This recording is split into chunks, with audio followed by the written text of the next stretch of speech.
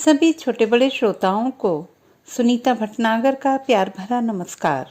Audio stories के हमारे channel कहानी जगत में आप सभी का स्वागत है। हिंदी कहानियों की श्रृंखला में आइए आज सुनते हैं चित्रा मुदगल जी द्वारा रचित कहानी नतीजा। पूर्वी दी के सामने उद्विग्न भाव से रूमा ने होम की बच्चियों की छमाई परीक्षा के कार्ड सरका दिए। नतीजे पहली कक्षा के थे। होम में कुल 27 बच्चियां थीं, जिन्हें लगातार 1.5-2 वर्षों के माथाफोड़ परिश्रम के उपरांत नगर पालिका के स्कूल में दाखिल कराया जा सका था। सबसे पहला कार्ड पूर्वी दी ने पियासी का खोला। नंबरों पर घूमती नजर के साथ ही उनके दिपदिपाए चेहरे पर विषाद अचानक संवलाई बदलियों सा गहरा आया। पियासी में जरा भी सुधराव नहीं आया। बाकियों का क्या हाल है? बहुत बुरा। प्रिंसिपल ने बुलवाया था, वहीं से आ रही हूँ। दूसरे कार्ड पर अंकित शून्यों से गुजरते हुए पूर्वी दी ने पल भर को कार्ड पर से आंखों को अलग कर चिंतित भाव से रूमा की ओर देखा। क्या कहा? चिड़चिड़ा रही थी। दाखिल क्यों कराया है आपने इन बच्चियों को जो पढ़कर देने को राजी ही नहीं है? पिछली बार महीने के टेस्ट में बिजली ने काफी कुछ ठीक किया था। इस बार उससे पहले से बेहतर की उम्मीद थी। रूमा ने वाक्य पूरा नहीं किया। फिर पूर्वी दी की आंखें दूसरे कार्ड पर लिखी क्लास टीचर की निराशाजनक तीखी टिप्पणी से किरकिरा आई। खुद ही देख लें। पूर्वी दी ने आगे प्रतिप्रश्न नहीं किया। नतीजे का अंतिम कार्ड बड़ी बड़ी आंखों वाली सलोनी बच्ची शिवानी का आया उनके सामने। सभी विषयों के सामने तीखी चोंच खोले सतर्क गिद्ध से शून्य के गोले बैठे हुए नजर आए। क्या होगा शिवानी का? सोनागाछी की एक अंधेरी सड़ान भरी कोठरी में उसकी माँ एड्स की चपेट में है। माँ की लाख मिन्नतों के बावजूद उन्होंने माह में एक बार बेटी को देख लेने की उसकी ललक को निष्ठुरता से ठुकरा दिया था। अस्पताल में भर्ती हो जाए, इलाज कोई चमत्कार दिखलाए, तभी वे शिवानी को उसे निकट से नहीं दूर से दिखा सकेंगी। ऐसे ही उसे सब्र करना सीखना होगा। माँ की याद में रह रहकर हुड़कने वाली शिवानी ने माँ से मिलने को कम हट नहीं किए। एक दफे तो वह चौकीदार की आंख में धूल झोंक कर गेट से बाहर होने में सफल हो गई थी। गनीमत हुई कि होम की ओर आती हुई रूमा की नजर उस पर पड़ गई। 6 वर्ष की नन्ही बच्ची का साहस देखकर सभी स्तब्ध रह गए थे। 3 दिन तक पूर्वी दी शिवानी को गौरैया सी सीने से चिपकाए उसकी सुबकियों के मोती आंचल में चुनती रही, समझाती रही। अब होम ही उसका घर है और अन्य बच्चियां उसकी बहनें। नतीजों को मेज के एक ओर सरका कर वे अपनी कुर्सी की पिछाड़ी पर शिथिल सी टिक गईं। नतीजों के शून्य उनकी आंखों में उतर आए थे। सवाल कुतरने लगे। एक भी बच्ची उत्तीर्ण नहीं हुई। अधिकांश ने सभी विषयों में शून्य ही अर्जित किया है। ऐसा नहीं कि स्कूल में दाखिले से पूर्व उनकी प्रारंभिक तैयारी नहीं करवाई गई। 1.5 वर्ष से रूमा निरंतर उन्हें पढ़ा रही थी। अब भी 2-2.5 घंटे पढ़ाती है। स्कूल में दिए गए होमवर्क करवाती है, आगे के पाठों की पहले से तैयारी करवाती है ताकि स्कूल में पढ़ाए जाने पर उन्हें दिक्कत ना हो। बच्चियां अक्षरों को पहचान सकें, शब्दों को उच्चार सकें। रूमा ने उन्हें बाहर खींचा। आपके नाम प्रिंसिपल साहब ने खत भेजा है, पढ़ लें दी। ओह हाँ। पूर्वी दी ने अनमयस्कता को झटक कर पत्र खोल लिया। पत्र क्या था? जहरीली शिकायतों का पुलिंदा। हर वाक्य चाबुक की शक्ल में उन पर बरसने लगा। कि उन्हें नहीं लगता कि ये बच्चियां 3 साल में भी पहली कक्षा पार कर पाएंगे? अजीबोगरीब हरकतें करती रहती हैं। प्रत्येक कक्षा में उन्हें 5-6 दफे पेशाब लगती है। छुट्टी न दी जाए तो जहां बैठी हैं वहीं मूत लेती हैं। छुट्टी देने पर पाखाने से कक्षा में नहीं पलटती। पेड़ों के नीचे फुगड़ी खेलती नजर आती हैं या कंकरियां बटोर के गिटके खेलने बैठ जाती हैं। क्यारियों के फूल इनके चलते टहनियों पर नहीं खिल सकते। पानी के नल खुले छोड़ देंगी या अंजुरी में पानी भर कर एक दूसरे को छीपेंगी। सवाल के जवाब में गूंगी बहरी सी होकर टुकुर टुकुर ताकती खड़ी रहेंगी। न स्लेट पर कुछ लिखेंगी न कॉपी में। डांटने पर जंगलियों की भांति रोज चीख कर पूरे स्कूल को सिर पर उठा लेंगी और अन्य बच्चियों की पढ़ाई में बाधा डालेंगी। परले दर्जे की उद्दंड जिद्दन हैं। इनकी कॉपियों में टीचरों को होमवर्क स्वयं लिखने पड़ते हैं। मुश्किल यह है कि इनकी देखा देखी शेष बच्चों में भी अनुशासनहीनता पनप रही है। कृपया ध्यान दें, दूसरे बच्चों की शिकायत है कि ये उनकी चौक, पेंसिलें, रबड़ चुरा लेती हैं। हालांकि टीचरों को सख्त आदेश है कि वे अन्य बच्चों के मुकाबले उनसे कोई भेदभाव न बरतें, ना ही उन्हें हेय दृष्टि से देखें, न बेवजह प्रताड़ित करें। प्रश्न यह है कि अकेली टीचर केवल इन्हीं बच्चियों के आगे पीछे तो नहीं दौड़ सकती। पूरी कक्षा की जिम्मेदारी उसके ऊपर है। यह सब कहने का अर्थ यह नहीं है कि हम यह मानकर चल रहे हैं कि ये बच्चियां असामान्य बच्चियां हैं। इतना जरूर मानकर चल रहे हैं कि ये बच्चियां अन्य बच्चियों के परिप्रेक्ष्य में भिन्न परिवेश की उपज हैं। इन बच्चियों की मानसिकता में परिवर्तन लाने की जिम्मेदारी आपकी है। कृपया इस दिशा में विशेष परिश्रम करें। मात्र उन्हें उस परिवेश से मुक्त कराकर समाज के सामान्य वर्गों के बीच ला खड़ा कर देने भर से ही कर्तव्य की इतिश्री नहीं हो जाती। मेरी बातों को अन्यथा ना लें। किसी रोज आकर मिलें या मुझे होम बुला लें। यकीन मानिए, मैं हर तरह से सहयोग की आकांक्षी हूँ। आपके क्रांतिकारी उद्देश्यों में मेरी गहरी रुचि है, मगर मैं यह भी नहीं भूल पाती कि मैं नगर पालिका के एक बहुत बड़े स्कूल की प्रधानाचार्य हूँ। विद्यार्थियों में अनुशासन बनाए रखना मेरा प्रथम कर्तव्य है। पत्र लिफाफे में सरकाकर पूर्वी दी ने एक दीर्घ धुआंया निश्वास भरा। होम चलते हैं, तुरंत एक मीटिंग रखते हैं। पूर्वी दी का आशय भांप कर रूमा ने दबी जुबान में प्रतिवाद किया। कल रख लेते हैं दी।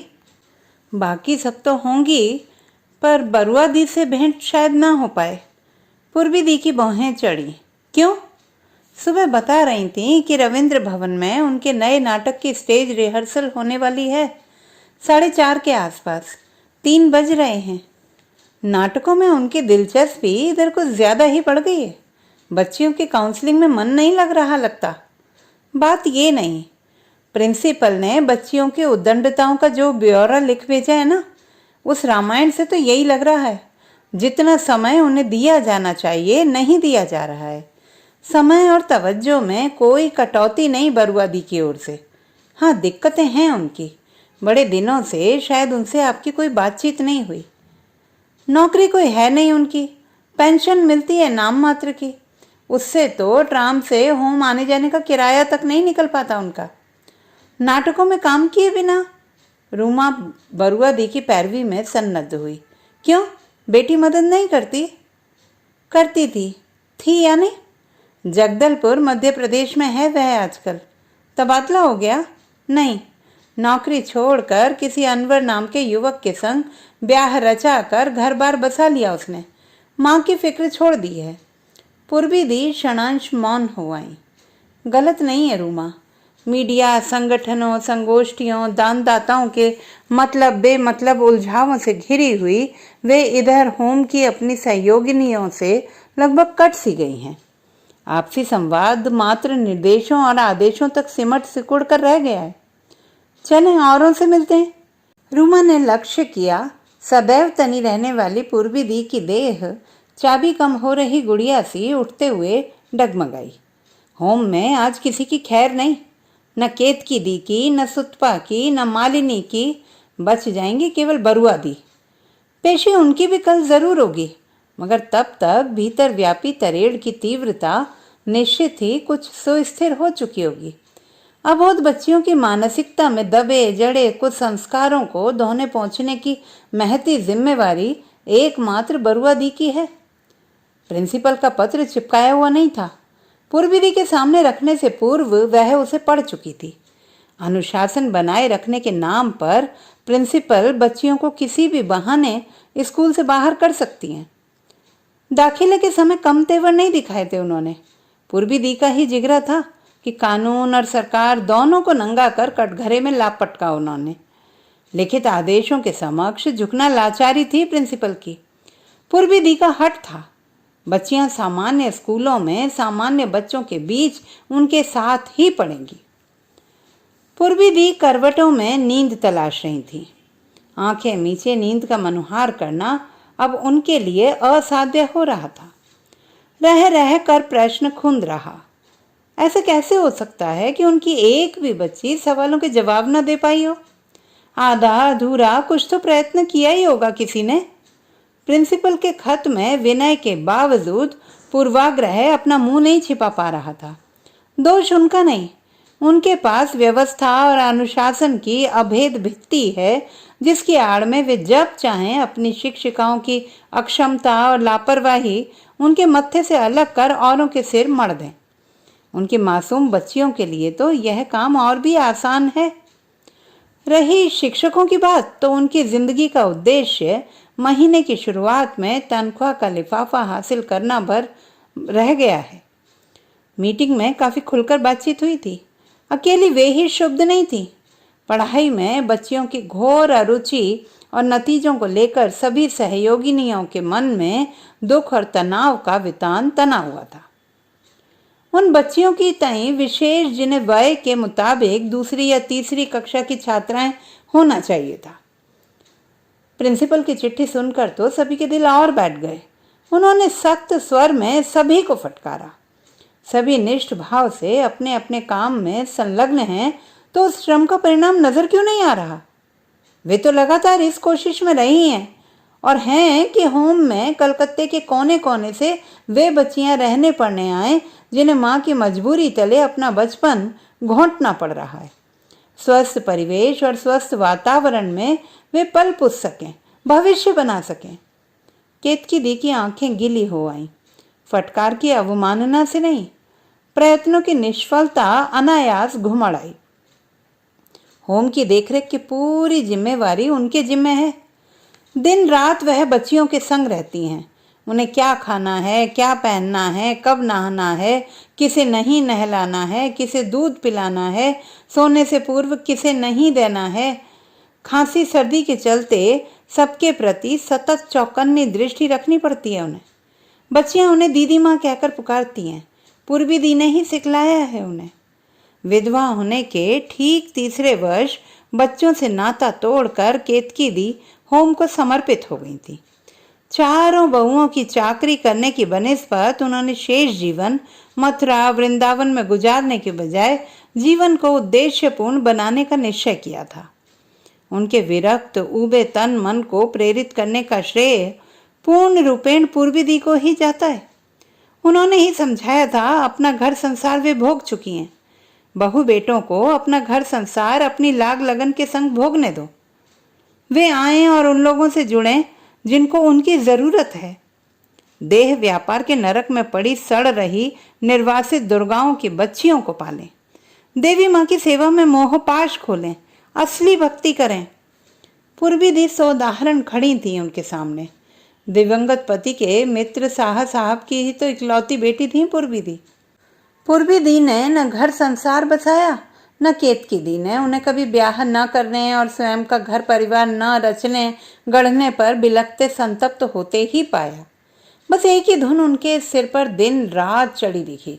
देह व्यापार में लिप्त मजबूर स्त्रियों की संतानों को, विशेष रूप से लड़कियों को, उस नरक से बाहर खींचकर उन्हें भविष्य की समर्थ, दक्ष, विवेकपूर्ण, आत्मनिर्भर स्त्री बनाना है, जो अपने होने को रजिस्टर स्वयं आप बने। पूंजी के अभाव में पूर्वी दी ने अपने 2 तल्ले के मकान को होम में परिवर्तित कर स्थान की समस्या से छुटकारा पाया था। बाबा वकील थे। टालीगंज में उनके छोटे से चैम्बर को उन्होंने अपना दफ्तर बना लिया।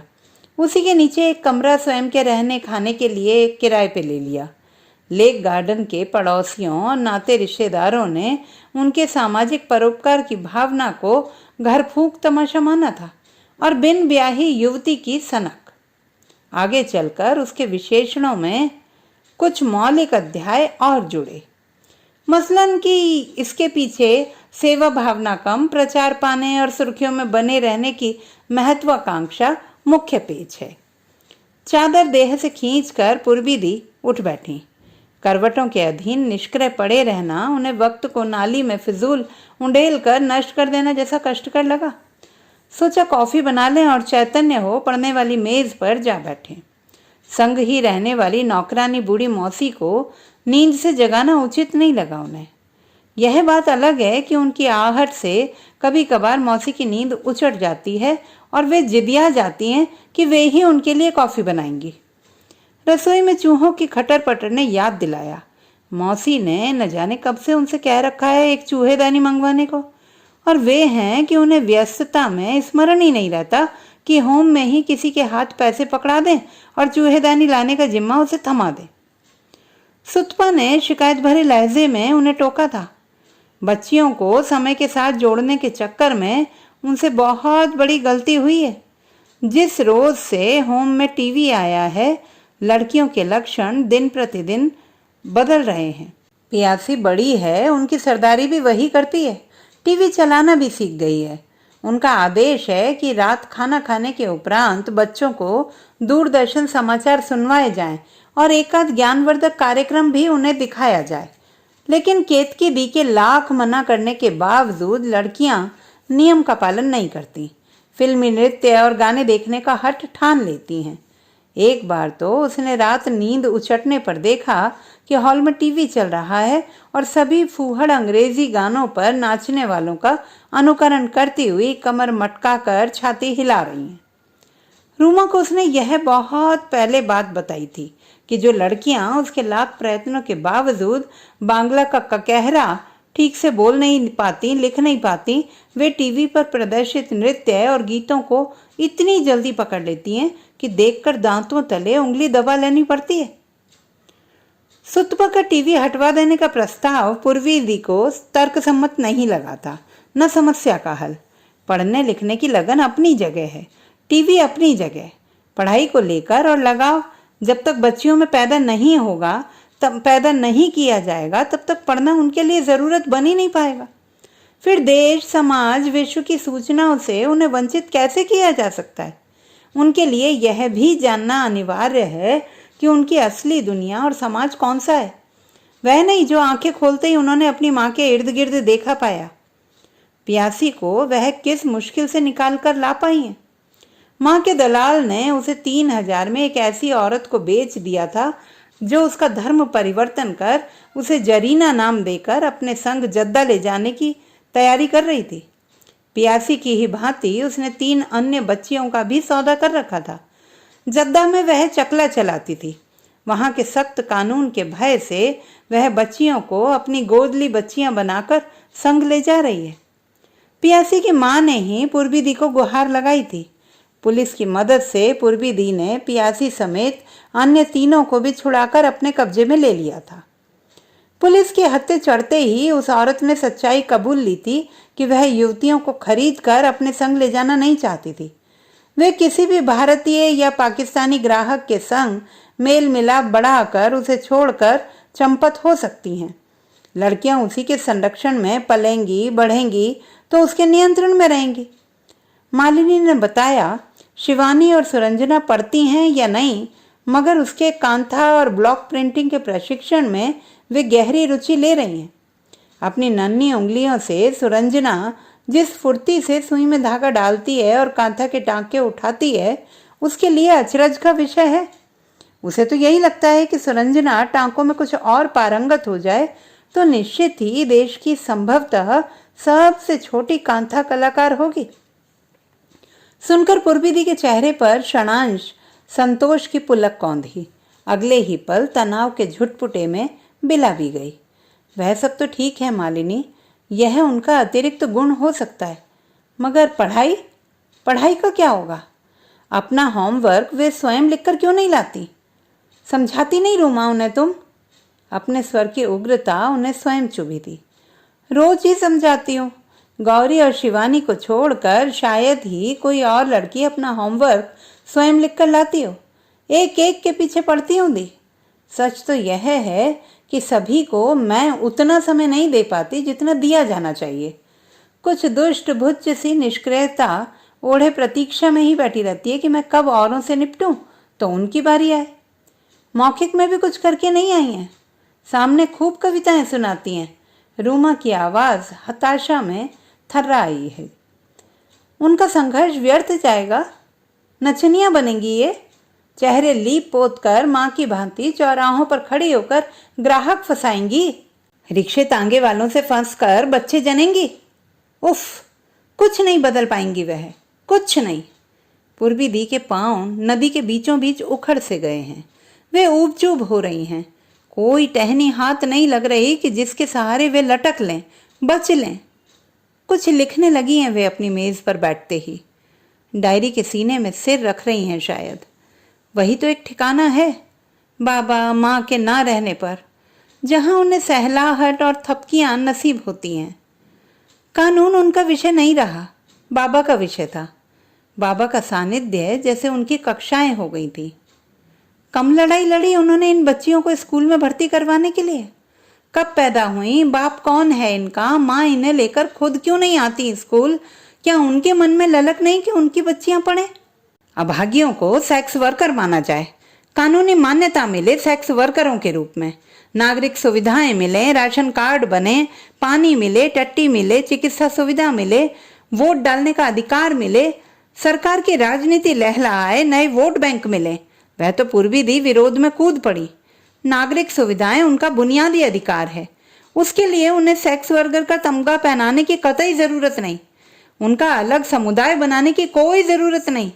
वैसी परिस्थिति में सेक्स वर्करों की औलादों का समाज की मुख्य धारा में विलय संभव होगा?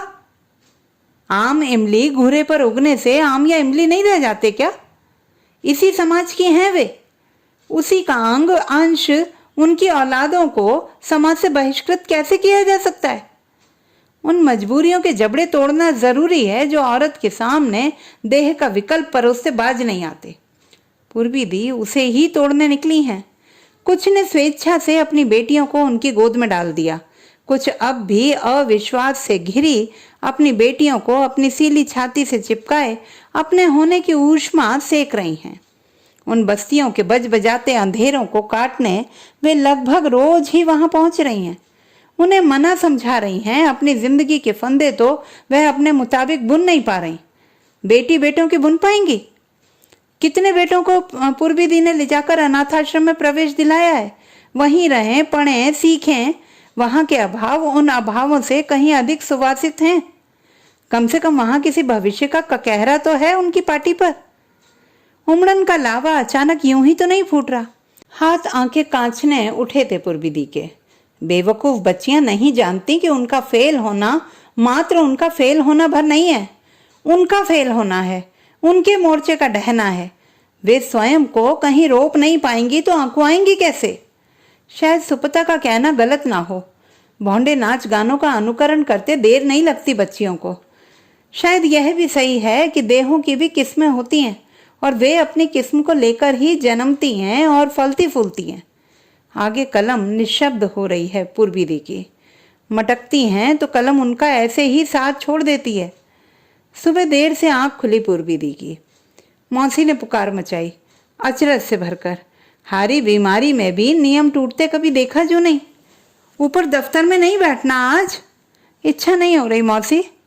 तबीयत तो ठीक है? मौसी को मात्र उनकी इच्छा की बात सही नहीं लगी। कैसी हूँ क्या बताऊं? राजरहाट जाना था ना आज, कांथा वाली औरतों की संगत करने। सब व्यर्थ का आडंबर है। वितृष्णा स्वर में दबंग हुई थी। कुछ समझ में नहीं आया मौसी को। सवेरे की टहल में उलझ गई वे। उलझे हुए ही पूछा था, दोपहर में खाओगी क्या? दोपहर में छठे छमासे ही उनके लिए रसोई बनती है। मौसी का पूछना अस्वाभाविक नहीं था। अपने लिए जो चाहो सो बना लो, मुझे केवल 1 कप कॉफी भर की जरूरत होगी, दूध मत डालना। पूर्वी दी ने कहकर आंखें मूंद ली। उठने की शक्ति हो तब तो उठ पाए। पड़ी रही बिस्तर पर। कॉफी गुटकने भर के लिए ही उठी थी, फिर लुढ़क गई। दिमाग में रेत उड़ रही है, तूफानी आंधी चल रही है। रेत उन्हें जबरन समाधि दे देगी। वे समाधि ले लेना चाहती हैं। अपने आप को और कहाँ छुपाएं? गले में बांध टूट रहे हैं। ऐसे लीलते दिनों से सामना होगा सोचा नहीं था उन्होंने। ये टूटे बांध आंखों के रास्ते बह रहे हैं। बाबा बाबा, वे पुकार रही हैं अंधेरे में। बाबा का हाथ हाथ में नहीं आ रहा। दोपहर 2:30 के आसपास घर की घंटी ने बेसब्री दर्शाई तो मौसी को सने भात से हाथ खींचकर उठना पड़ा। झल्लाहट कुंडी खोलते ही अंतर्धान हुई। सामने खिली खिली सी रूमा को खड़े पाया। पूर्वी दी को तो 12 तक वापस लौट आना था राजरहाट से। ताला पड़ा हुआ है ऊपर दफ्तर में। मौसी ने बिस्तर की ओर इशारा किया। घर छोड़ती तब न पहुंचती। रूमा सिरहाने आ टिकी, चिंतित सी। दी, तबीयत तो उठना ही नहीं चाहती हूँ, उठकर करूं क्या? पूर्वी दी ने आत्मालाप सा किया था आंखें खोलकर। अधीर रूमा अपनी बात पर आना चाहती थी। पूछा, दी, आपने सभी लड़कियों के नतीजे के कार्ड गौर से देखे थे? हाँ। गौरी और रत्ना का कार्ड भी देखा था? सबके पढ़े तो उनका भी पढ़ा ही होगा। नहीं पढ़ा, मेरा भी ध्यान नहीं गया आवेश में। क्या मतलब? रत्ना और गौरी का कार्ड उसमें था ही नहीं, उन्हें मिला ही नहीं था। कल उनकी क्लास टीचर ही नहीं आई थी। आज मिले हैं उनके नतीजे के कार्ड, देखिए। कार्ड खोलकर रूमा ने उनकी आंखों के सामने फैला दिए। अनिच्छा से पूर्वी दी की आंखों ने नंबरों पर दृष्टि डाली। अरे, बच्चियां पास हो गई। पूर्वी दी देह से चादर फेंक कर झपाटे से उठ बैठी। पलंग पर तिरछे होकर उन्होंने रूमा को वेहवल होकर अंक में भर लिया। आंखें भल बहने लगी। होंठ अस्फुट से बुदबुदा उठे। मैं पास हो गई रूमा, पास हो गई। मैं पास हो गई। तो दोस्तों, ये थी हमारी आज की कहानी। आपको कैसी लगी कमेंट बॉक्स में लिखना ना भूलें। चैनल को सब्सक्राइब करें, लाइक करें और मित्रों के साथ शेयर करें।